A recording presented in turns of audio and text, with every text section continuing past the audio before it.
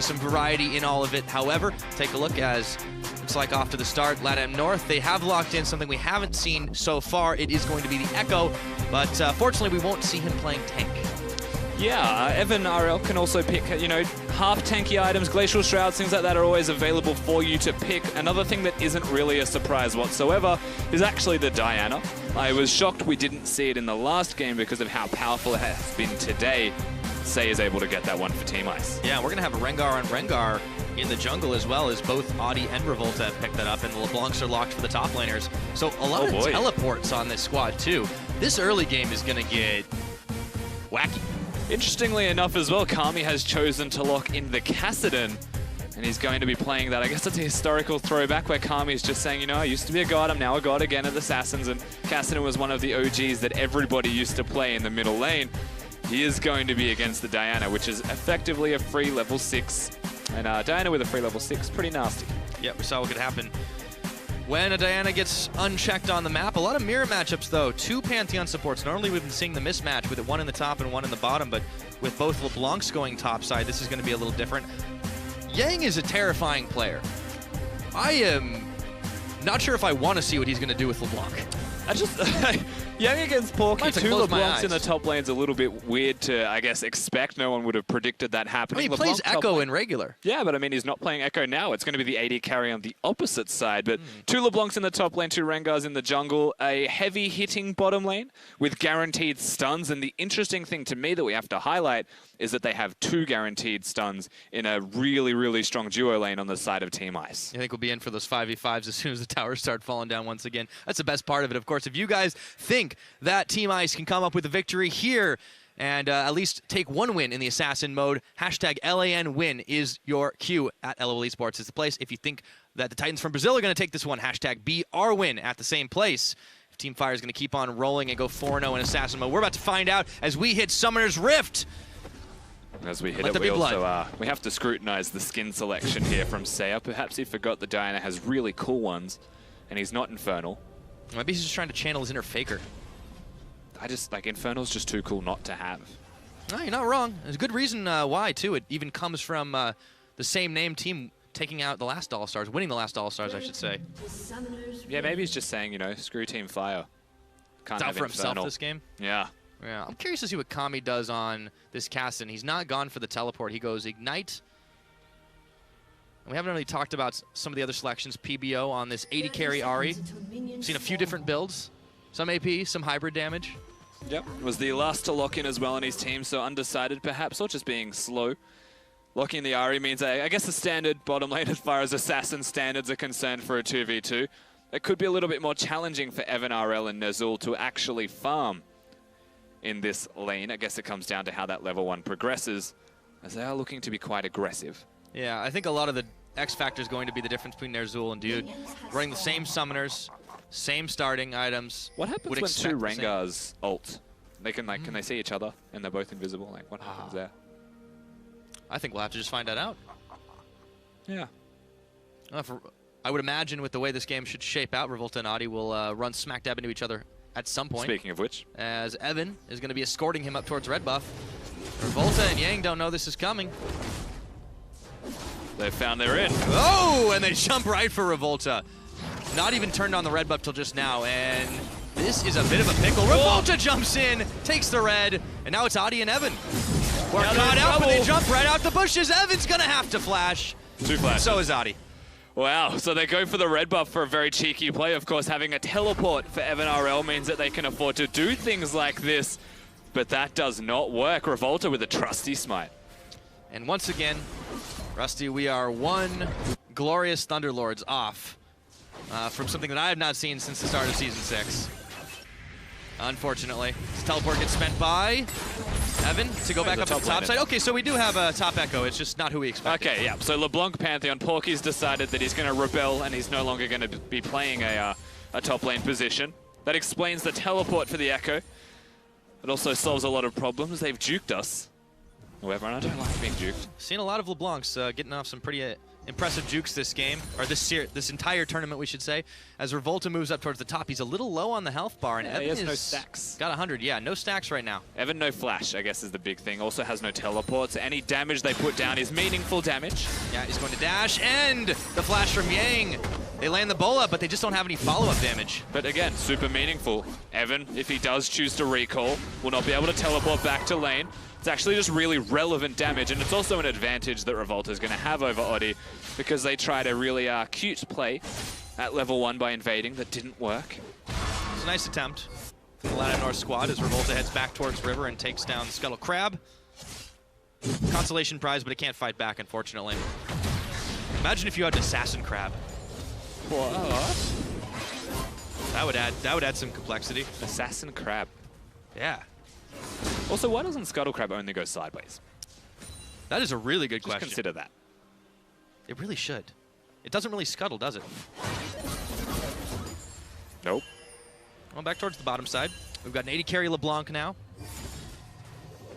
I guess we call this a kill lane, but everything's a kill lane in Assassin mode. Seiya's actually getting pushed back by Kami. This is a little bit different than we expected. Yeah, it's an Ignite on the Castanon as well, so he has a little bit more pressure, and does quite well into Diana this early also. Yeah, Corrupting Potion doing favors for him right now. Don't really expect too much gank-heavy action down on the bottom side. Revolta and Audi were both set a little further behind. Where are you off to? They're going for a roam, though. Kami's got to watch his back. They've walked through 2 wards, and perhaps that's because the blue buff is available. But they're looking for something, but they are... They're not going to get anything. I'm not sure what they're after. They're taking a lot of time here. They're really trying for a just a cheeky deny play. farm for Cassidy.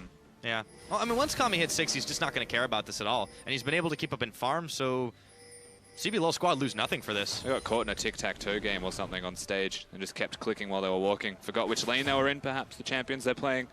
Unfortunately for them, again, nothing's going to happen. They did have it pushed into the turret so they can freely reset, but this is where they have to be back by, so things work out okay in the end. I keep trying to compare the farm, and then I remember Evan Earl's up top. That's a weird game. Big wave building. They've definitely come in with a strategy. We'll say that much.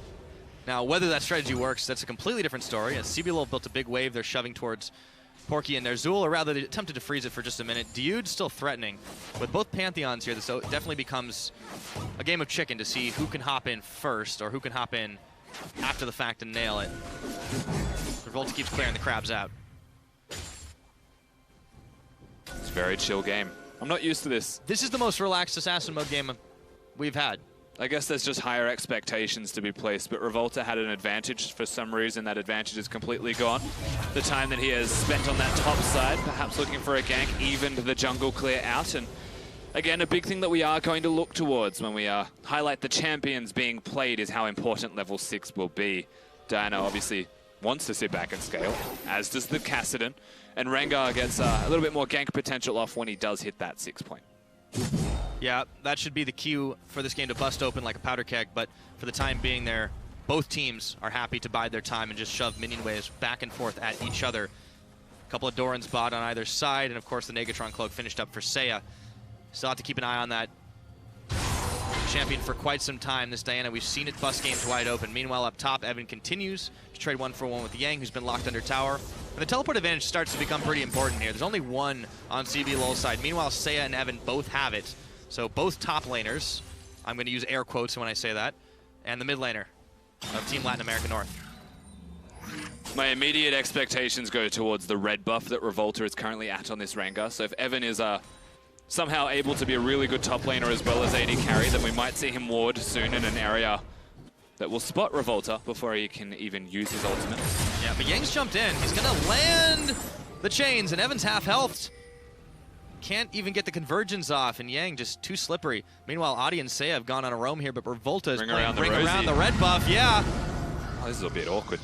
Okay, so here's the answer to the question. It looks like you can't see the Rengar, and Kami can't finish the job, but Revolta finds Seiya on the bullet strike. They jump for him. Kami waiting to jump in, but Evan's going to tag his way in. Yang's here as well. And he jumps. Does he have the damage? It looks like it. That is going to be first blood and some change. Oh, Audi. Revolta picks up Evan and gets a double to take down Audi. blast cones his way further into the jungle. And that's 3 kills for CBLoL. What a disaster. Oddie revealed himself by walking out of the bush, and Revolta just saw a free kill opportunity for another free kill effectively. And now Fire, the CBLoL team, they open it up. The best part about that is as soon as everybody backs, you can see them buying control wards, and then I was about to laugh and be like, oh, that's a great reason, but then, oh yeah, that doesn't stop invisibility. Anyways. We do, of course, get to see this again. Rengar only seeing the Kassadin. So going in, Oddie making a big mistake as Revolta was directly behind him, and that's how this trade goes sour for the side of Ice. And this is where Yang comes in to seal the deal and find those kills. And we answered your question, Rusty. No, not Rengars quite. cannot see each other. They can. It's just the old change. Oh, they see the first closest person. Well, I guess only if you're in the one-on-one situation. Yeah, that's what we want. We want the... So Kami was the one who was keeping himself in the front line, and that means that, of course, they were able to take a lot more out of it. So CBLoL jumps out to the first lead this game. 8 minutes in, and they're eyeballing Dragon. This would be the fastest Dragon take we've seen so far. And it's a Mountain Drake. If there's one thing Assassins cannot do, it's take down turrets. I would imagine the more Mountain Drakes you have, the faster you can actually hit them, the 1 in every 100 sieges that you get. So it could be quite valuable. They may look towards it. Karma's going to pick up some honey fruit. Revolta takes down the crab. He's had a seafood diet this game, that's for sure. But the double kill certainly helps him out early on as he has the Warrior Enchant finished. It's going to take a little while for Oddie to catch up to him. And the rest of LATAM North are playing a little further back. Now, Jude is hidden here. PBO is just trying to be a bait. I don't think it'll actually work out for them, as Yang's actually mid as well. Saya has got to watch his back. The man drop incoming will force him away towards the wrong tower. And all of a sudden, there are 4 members of Team Fire right on top of him. And Revolta picks up his 3rd of the game. Yeah, there may be Assassins, but they have a lot of mobility as a result of this, so there's no running away as Saya. And we're not seeing a Miracle Dana performance early into this game just yet. They do keep taking him out. And again, Yang, a big deal, that's all. Holy moly, Dude's gonna have to flash away, but he may not get away. I don't think so, as Oddie will find him. Those Rengars are starting to come up big. They definitely are. Always a threat, as once again, Yang's just trying to do his best. He can wave clear and half health somebody in one go because LeBlanc is a dirty champion. Yes, indeed. Yang is, like we said, he's a beast, and he's gone for the Magic Pen boots to start this game off. Still working towards his first completed item, and on the other hand, well, Evan's going to have a while before he gets up to there. He's had to give up a lot of farm just by going up towards topside, and you can tell he's playing a little scared of Yang. It also looks like a GLP 800 is the item of choice for Kami. Not something you often see with Kassadins, usually want the Rod of Ages, but GLP immediately scales. Remember, it's Assassin, so you want to be scaled up as quick as possible as they all get their Ghost Blades around their first big item spikes. You want to be just as strong. And I was wondering why we were seeing a Kassadin at all, and maybe this is a supplement to it. Gank the lane, get it ahead at least a little bit, and then let him start to scale up sooner. Yeah, it's an interesting choice. So keep an eye on Kami in that mid lane and see how his plan works out here. You can already see now, back towards the bottom side, PBO starting to get rolling. And he's got a very interesting Ahri build himself. It definitely does. We've got an AD Ahri. Maybe it'll be a Hextech Gunblade one more time. Again, we've already heard in the interviews that they've had, Brazil have scrimmed Oceania and a couple of other regions, including Turkey. So the build could be consistent throughout all of them. Yeah. You might say contagious. Definitely seen a lot of Ahris in that AD position, and Oddie is going to dodge away from Bola from Revolta. Gives himself up, though, but he's roaming with Kami here, and Azul puts the ward down and realizes they may have to back off this turret. It's 4 members down bottom. Maybe not, as there's not much wave to deal with. And if they are ever going to siege, it does revolve around having the Ahri nearby, even the LeBlanc perhaps, because they're ranged, and you know that's the single most important part before a Pantheon uses his ultimate to get in somewhere. These guys just don't want to give up the Ghosts. Latin American North playing back and letting some tower damage be dealt as CBLoL roves around. 12 minutes into this game, we've only got 5 kills. I mean, it is a really, really low kill cam for an Assassin. Yeah, it is. And Evan RL playing like a typical AD carry would as it hits mid-game. He's going to sit in the side lane. This time he just happens to be an Echo. First tower blood's going to go down, too, in the mid lane. So Evan, he's going to try to equalize here because there's no one to really answer him. But Yang and Revolta, they may be able to get up there in time to clear the minion wave away. Looks like he won't finish the tower off after all. So CBLoL still stacking that gold lead up. Yeah, and just being invisible means that Evan has to show some respect. The ward is going to be cleared. So timing very efficient here from Yang and the rest of the Brazilian teams. Things looking good, honestly, for our red side. Yeah, there's really nothing to worry about for those guys, but we've seen these games turn on a dime. It's just, they're not giving an opening. They're not giving a chance for the LATAM North team to really do much. Yeah, they're just, like 50 said, just, you know, laid back. It's a picnic on Summoner's Rift. Assassin picnic. And the menu is scuttle crabs. They really do like those scuttle crabs, actually. Well, vision's pretty crucial when you have 5 roamers on each squad, you'd imagine. Speaking of roamers, Adi, oh, he's a jungler. I guess that's kind of his job. Yeah. No, he's definitely going to try and do something. Of course, won't find it. Adi not being as efficient as Revolta in terms of the Rengar off. Unfortunately, we didn't get the LeBlanc off, so to speak, in the lane. We got juked, man. As we are, yeah, we all definitely got a pump fake, and they got around us towards the bottom lane, so he's an AD carry. Also, the Pantheon on Pantheon has not been as exciting as I anticipated. There's definitely nothing exciting about 2 Pantheon supports. I will, however, pay my respects much more towards Dude than that of Nozul, simply because of the item build. Lethality is a really good scaling item in terms of levels, but you may as well just get all of the long swords in the world. Just be PDD. And just smack people sooner. Well, we're starting to see items actually stacking up a little bit more. Yang's got himself a Morellonomicon already now. The GLP does get finished. We're still waiting to see if PBO is going to go ahead and turn that Bilgewater Cutlass into an Hextech Gunblade, and then we might start seeing the rove around from CBLoL as they still are sitting pretty on a 3,000 gold advantage. It is sitting pretty, but I'll tell you what they are doing. They're sitting boring. That's true. They need to work it out. They need to fight. Man up. You heard it from Evan. You know what? It was Evan himself that said this is man mode. I am distinctly seeing a lack of that from him right now. Yeah. Well, we have to call them out when appropriate. And unfortunately, they feel a little bit more inclined to fight the environment. However, they might have the fight brought to them. CBLoL moving in, but they're just only going to find a control ward. You can see Latin America, they're just melting away into the night whenever the Brazilians come calling. They're being afraid. And you know what? Assassins, when ahead, usually snowball and win. And when there's 5 of them, that snowball's a little bit harder. So far, that's exactly what Brazil want, and it's the opposite of their opponents. Oh, dude, BBO's checked out. He's just playing a video game. We're at that stage in the game. Pretty much. Get in there. Oi. I've already reverted to that. 15 minutes. I'm always saying does get finished. To be fair. Yeah, that's true. I guess we haven't reverted to anything. We've just pushed ourselves towards the oi stage. I am uncontrollable in my Australian ways. Wouldn't have it any other way, Rusty. I mean, you could, but you're not going to. I don't expect it. What I do expect is more fighting. Come on, LATAM. Where's that aggression? Let's see it. You got a Rengar, you got a Diana. Here, though, for the Diana. They know he's taking the blue buff. Okay, oh, the man drop. All right, there we go. Take the blue buff away. And they just melt through Seiya. Jude even scumbag support steals it.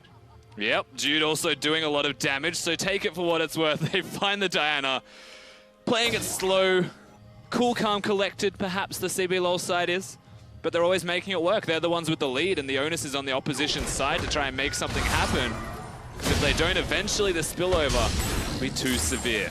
I suppose Assassins have to have some finesse, and you can clearly see that from the CBLoL squad. Speaking of, let's see it again in an instant replay. And again, the ward does spot Seiya walking in here. The Pantheon ult was expecting him to run away. Doesn't matter. Oh, good night. All right. Catfight. Revolta wins. Revolta definitely does. He's a 4-0-2 Rengar. Was 3-0-2 to be fair. Doing a lot of damage. And they also got the jump first, I believe. There's not a lot of difference in items on them. An extra longsword and upgrade, about 700 gold of AD. Yep, mirror matchups is the purest form of outplaying your opponent. Revolta gets spotted on the tail end of that ward, pinged out. But there's nothing Nozul can really do about it as we get 17 minutes into this game.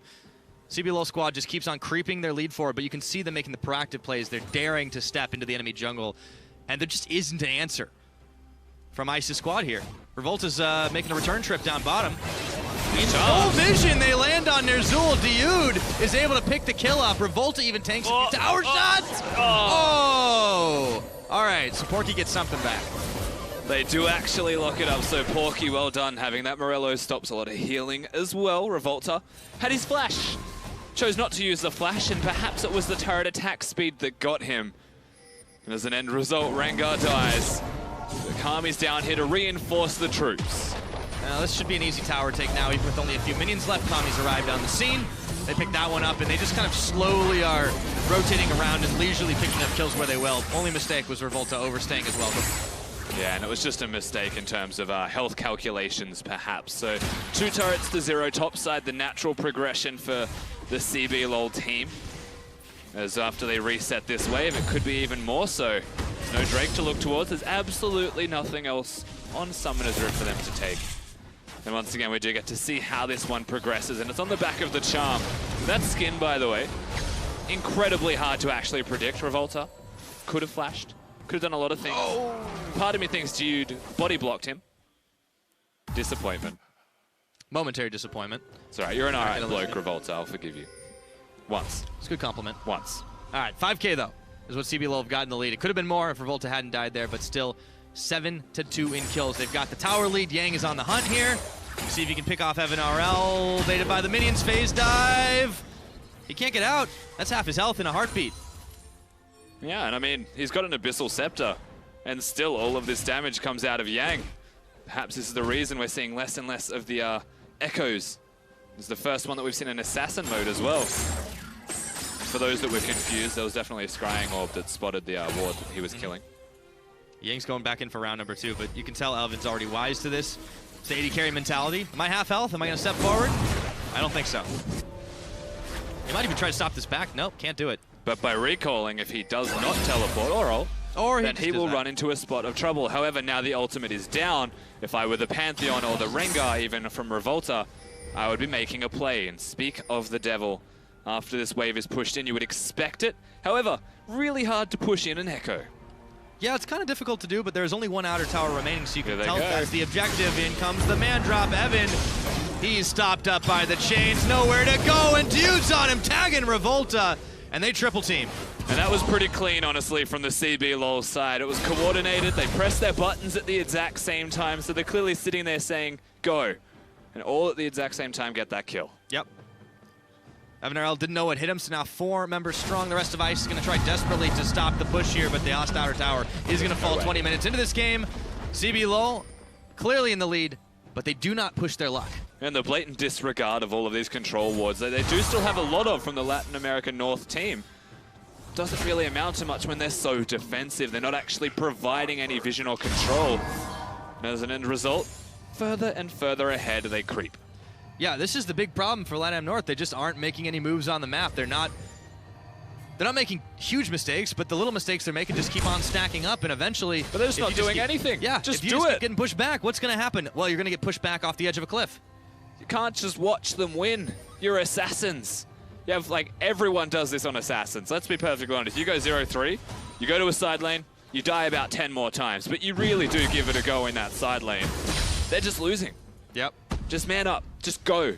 We've got to make something happen. We've got the score. You get 0-2-0, 1-2-0, 0-3-0. You need to just dive on somebody, all 5 members, but they're just not doing it right now. Press your buttons, man. All right, well, the Dragon's going to spawn up in a minute. Would you guess it? Rusty, it's an Infernal. Ooh, it's going to get worse and worse for Latin American North if they don't start making moves. They're going to try to collapse here on Yang, but they're going to give up a Dragon no matter what. Exactly right, so the Drake will go down. A bit of extra damage for an Assassin-based team. Kind of scary. Just a little bit. Don't be fooled, by the way. That did go on the other side, even though it showed on Latin American North side for a second. Baron's live, and Dude is going in. He's going to land behind Seiya. Oh, the zoning man drop. Diving is Seiya, but exhausted immediately. Yang tags in. He's out. Chains were flashed. And Kami can't really close the gap anymore, but they burned a lot of summoners. Yeah, this time around was just DU going man mode. Had the exhaust available, so can afford to do things like that to the Diana, who is 0-3, so doesn't have that instant burst that we were seeing from Syros in the LJL's Diana performance. It's a very different type of game than what we saw in the LGL. They get to hold out, at least. So that's like a minute of extra time bought. We're waiting for the Pantheon ult to be back up again. And Azul's got his. Problem is, Seiya's got no flash, and he has just played an incredibly defensive Diana. Very strange to see. Honestly, I think that CBLoL should just do the Baron. Yeah, I mean, they got a 5-1 Rengar. They do a lot of damage. They've set their sights towards the bottom side of the map. Perhaps they get a pick before they make a play. I was just looking at their team composition. It's Cassidy can get over the wall, LeBlanc can get over the wall, Rengar can ult around, I suppose, and avoid wards. Pantheon can ult, Ari can. They can all just get inside the pit, like right in there. There's not a lot you can criticize from the CBLoL team this game. The thing is, they've not really had to show anything. They made this game look like a walk in the park with knives. They actually have. Yeah, it's been way too casual. Super cash, you know, they've got their thongs on. By that I mean sandals. God, my bad, I am Australian.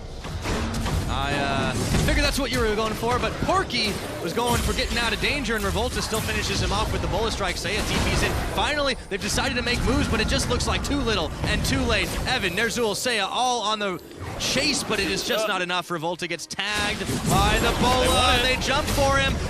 But that blast cone was clutch. Surprisingly clutch, almost cost Revolta more than he would have liked. Didn't get over the Dragon Pit with his team, but does get out safely. So CBLoL can continue this onslaught as they're looking further, not finding. It's more about Kami. Yep, keep the split push casting going. Let's do this. The GLP starting to pay word. Let's see if PBO can make a play. He tries and he stays alive, and Revolto tags in to kill Saya. Meanwhile, down bottom, further Yang is looking for Ner'zhul. Still has a minion wave to work with, and Evan is gonna have to chrono break, but Kami is on the chase. He dashes, he dives, but it's not enough. Kami with the big kill. Absolutely no chance, unfortunately, this time around for Evan RL on the bottom side of the map. Lots of fighting has continued to happen, and again, not recalling, not relenting, and just being constantly aggressive. The response from LAN, sit down and take it. It's a little bit saddening, it's disheartening. I want them to do better. Yeah, CBLoL just keeps slowly turning up the heat knob.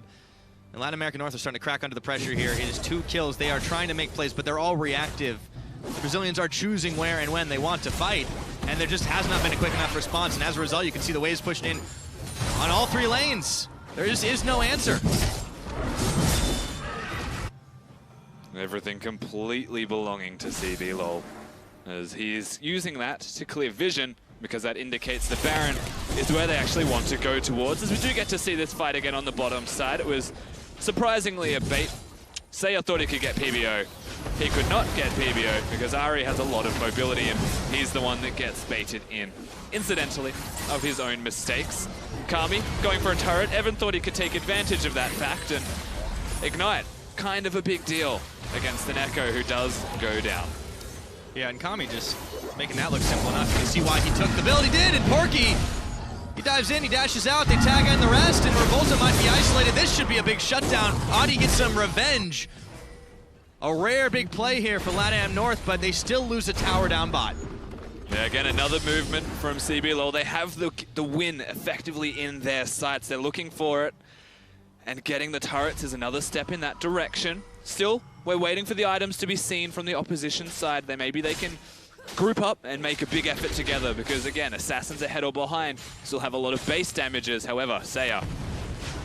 Oh, there's the man drop. Dude just keeps on using that to zone out. Instant exhaust down, and they should finish him off.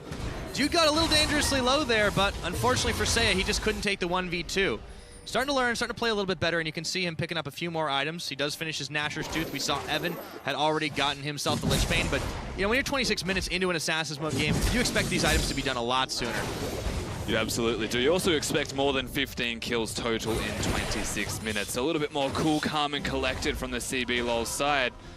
And from what I've been hearing, their scrims were definitely not like this, so I'm not going to put onus on them. They want it, and a Trinity Force apparently is what Ari wants. Yeah, it's not a build I see every day. But AD Ari and mixed damage Ari has been the build du jour. So PBO just says, let's have some fun with it and see what we can get. And you know, to his credit, he has definitely improved his score over the last time we saw him play. Last game it was, well, it was normal summoners, but it was PBO. Oh. There you go. Let's see how this works. He still hasn't upgraded his boots, by the way. He just hasn't had to. Oh, Audi. Audi! He gets taken down. That's going to be a big double kill for Kami in the mix. Looking for Nerzul, the triple kill. Chrono break back. Kami is still alive in this one. Porky picks up Yang for revenge. Revolta, the quadra kill. No, Can he do the fifth? Flashing, shutting down. No. Seiya denies the penta, but they still nail the ace. Kami was already dead, so there was no chance of him getting a penta. That was crazy. He already used Ignite. I thought it was on the last champion. Not exactly a denial. I'm going crazy, Rusty. You're definitely going crazy, but Brazil still get another one team fight. They're now pushing towards the bottom side of the base. Would be an inhibitor at the very least. As 5 seconds roughly to the rest of the team. All right, we'll see if they can get it. They're pushed off beforehand. You need to calm down. I do, man. I just wanted the action for so long and it didn't come. They do get the inhibitor. Kami makes himself quite a bargain, 4 for 1. And now on the chase, it just is too little too late. These guys just don't have the damage. They're getting kited out. Dude is able to dodge the chains. Audi does come around from the backside, but a pair of teleports now as he jumps onto Dude, who man drops right on top of the teleport, and they knock down Seiya. That worked somehow. Revolta's still going. Yeah, double kill. Revolta's found more, and he looks for Porky and nails him with the bola. Looking for another shutdown finally by Evan, who chrono breaks back onto Yang, and there's the action. What? They get them all down almost again. Here comes Kami. Uh-oh, Evan stopped. Iced by Kami. 3 for 4. Kami's definitely still looking for the Rengar. Note that he has no mana to use his ultimate again, so he has to show some respect here. It's a big Kassadin, but when the big Kassadin isn't there, LAN have a chance. That appears to be the opening, but we've suddenly gone from 2 and 11 at the 25 or so minute mark. I've lost track at this point, to 8 to 21 in kills. It's just cracked wide open, and here was one of many reasons why. Incidentally, making a great play here, Dude, as he goes in. Actually finding Seiya's teleport, gets the stun off, and they instantly destroy him. He was using it, I believe, for that purpose, but at the same time was running. Revolta flashes because he wants the third. Sick bowler, but instantly dies. So no chance of a penta this time around either. As a result of all of this fighting, Yang completely left alone to flash into a wall. Yep, Seiya and Kami are going to go at it again. But Dude's there to tag in. It really is no such thing as a true 1v1 in any of these. But yeah, it was a really, really nice ultimate by Evan RL. I mean, that kind of saved LAN's chances there to, you know, leave 1 and 1 champion up on either side. All the same, Revolta's going to be able to easily solo out another dragon, so they've got themselves a little disco in their step. Earth, Wind, and Fire now. Do you remember? When this game was a snooze fest? The 21st night of September. Oh, that was a different line than I was expecting. All right, Seiya's caught again, but he goes on to Yang. Orbit Deception comes back around again, and PBO is out. Rengar's still looking. Of course, he can only see the closest member being Liari. Doesn't know where LeBlanc is, but still searching.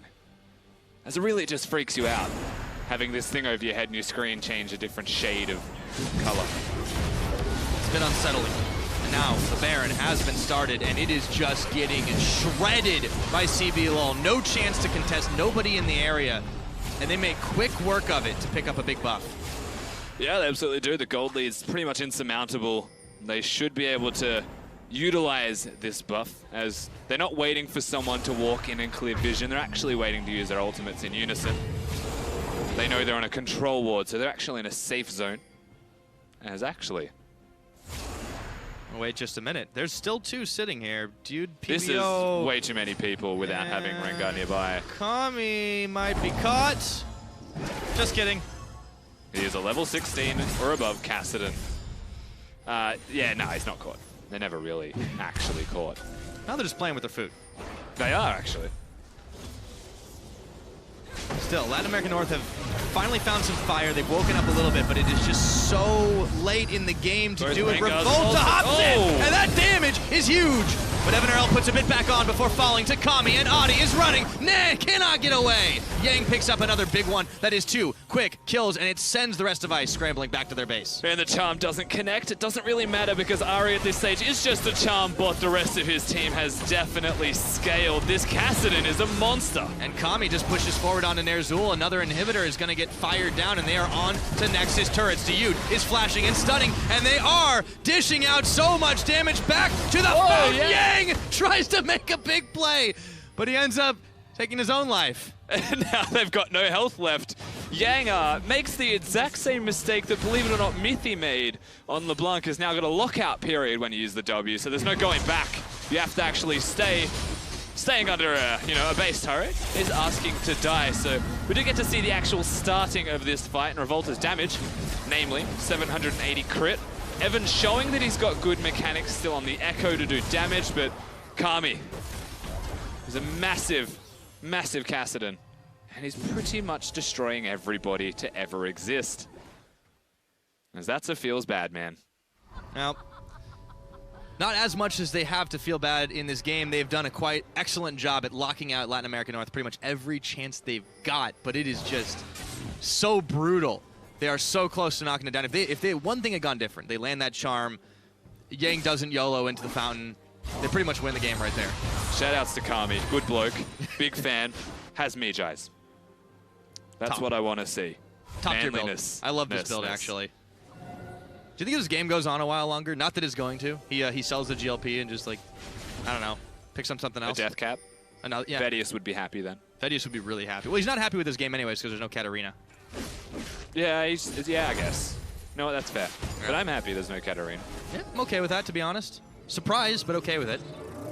More surprised by this Diana.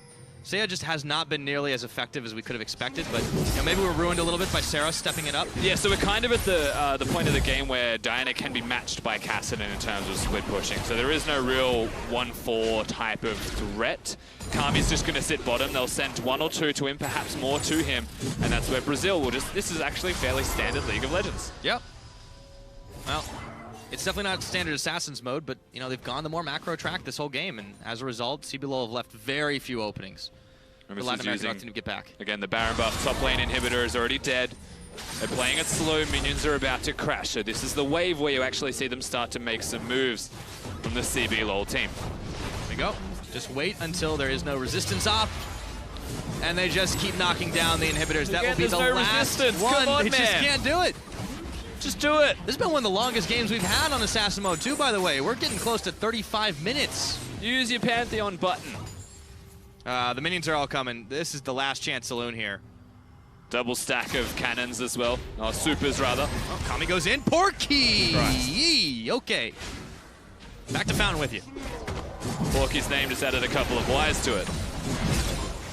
I don't usually spell well on broadcast either. Math is one of my things I can't do. That's another one. Seiya now. This could be it. Fired low. They jumped the bola. Man drops incoming. Seiya has gone golden, and they found Diyud. They found Kami. But who's found who? Shutdowns are flying, and the damage is just too real. He was trying for it, but that's a shutdown. Audi goes down, and it's Seiya and Porky left to defend the base.